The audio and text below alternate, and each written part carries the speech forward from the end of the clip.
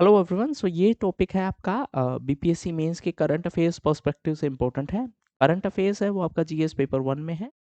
National और international event, Bihar specific, ये सब आपका जीएस पेपर वन का पार्ट है, तो उस हिसाब से ये टॉपिक इम्पोर्टेंट है।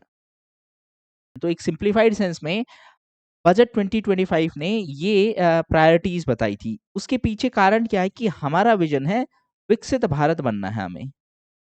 विकसित भारत का बेसिक मतलब क्या है? विकसित भारत का मतलब है 30 ट्रिलियन की इकोनॉमी, एक डेवलप्ड इकोनॉमी। विकसित भारत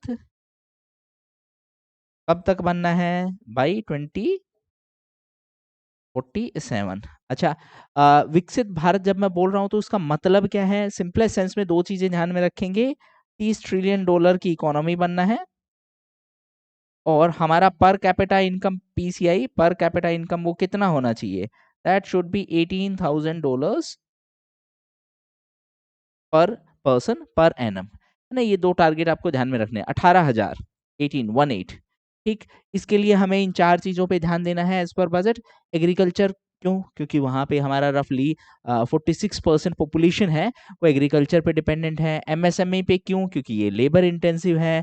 इन्वेस्टमेंट क्यों जरूरी है? क्योंकि इन्वेस्टमेंट नहीं करेंगे तो इकोनॉमिकली ग्रो नहीं कर पाएंगे।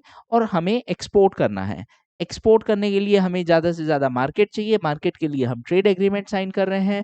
यूएस के साथ हम ऑलरेडी निगोशिएशन कर रहे हैं, ईयू के साथ निगोशिएशन कर रहे हैं, और दोनों के साथ में मोर और लेस वही सेम इश्यूज है। यूके के साथ हम ऑलरेडी साइन कर चुके हैं ईएफटीए, यानी यूरोपियन फ्री ट्रेड एग्रीमेंट, जो ग्रुपिंग है, इसके साथ हम एक अलग से एग्रीमेंट साइन किए हैं जिसका नाम है TEPA, trade and economic partnership agreement, जिसके बारे में हम अभी बात करेंगे। यहां तक अगर किसी को कोई कंफ्यूजन है, प्लीज आस्क। है कोई confusion?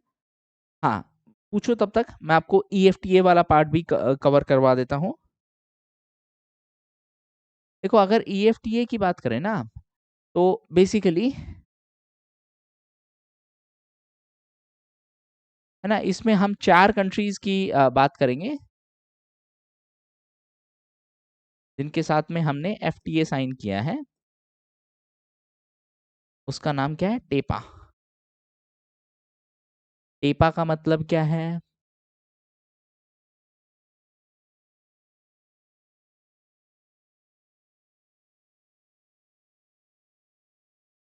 Trade and economic partnership agreement. Trade and economic partnership agreement.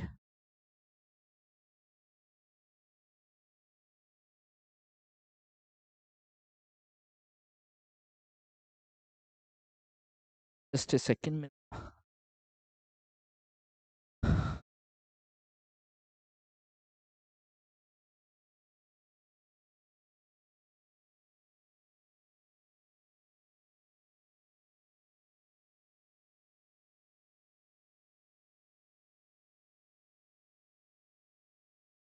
ठीक है।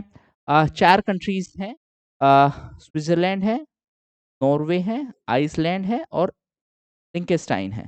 इसको याद करने का मैं एक तरीका फॉलो करता हूँ, सुनील, सुनील याद रख लो। ठीक है। इन चार कंट्रीज के साथ में हमने ये एग्रीमेंट असाइन किया है। अब इस एग्रीमेंट में होने वाला क्या है? देखो, एक सिंपल सेंस में अगर मैं बात करूं तो इस एग्रीमेंट में तीन मेजर प्रोविजंस हैं जो सबसे इंपॉर्टेंट हैं। एक तो इसमें इन्वेस्टमेंट का कमिटमेंट है। इन्वेस्टमेंट होगा, कितना होगा? $100 बिलियन का इन्वेस्टमेंट है। कितने साल में? नेक्स्ट 15 ईयर्स में। और उससे क्या होगा? उससे 1 मिलियन जॉब्स क्रिएट होंगी। ठीक है। और ये एक बाइंडिंग कमिटमेंट है। बाइंडिंग कमिटमेंट का मतलब क्या है? कि ये कंट्रीज ये इन्वेस्ट करेंगी इंडिया में, नहीं तो इंडिया ये सारी टर्म्स एंड कंडीशन को फॉलो करने से मना कर सकता है। ठीक है। तो जो रेगुलर टैरिफ वाला पार्ट है वो तो ऑफ कोर्स कम करेंगे ही हम टैरिफ, बट टैरिफ के अलावा भी इसमें हमने इन्वेस्टमेंट की बात की है, हमने जॉब्स की बात की है, और बाकी सब एस्पेक्ट की भी बात की है। इसमें हम टैरिफ को कट डाउन करेंगे, लोअर टैरिफ, लोअर टैरिफ, और उसके अलावा हमने बात की है मार्केट एक्सेस की। अच्छा, टैरिफ कम करने से इंडिया को क्या बेनिफिट है? अगर ये कंट्रीज़ अगर टैरिफ कम करती हैं, तो इंडिया को क्या बेनिफिट है?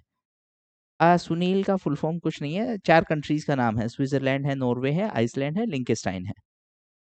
हाँ, टैरिफ कम करने से क्या बेनिफिट होगा कि हमारे प्रोडक्ट हैं वो सस्ते हो जाएँगे रिलेटिवली, सस्ते हो जाएँगे तो ज़्यादा बिकेंगे, है ना?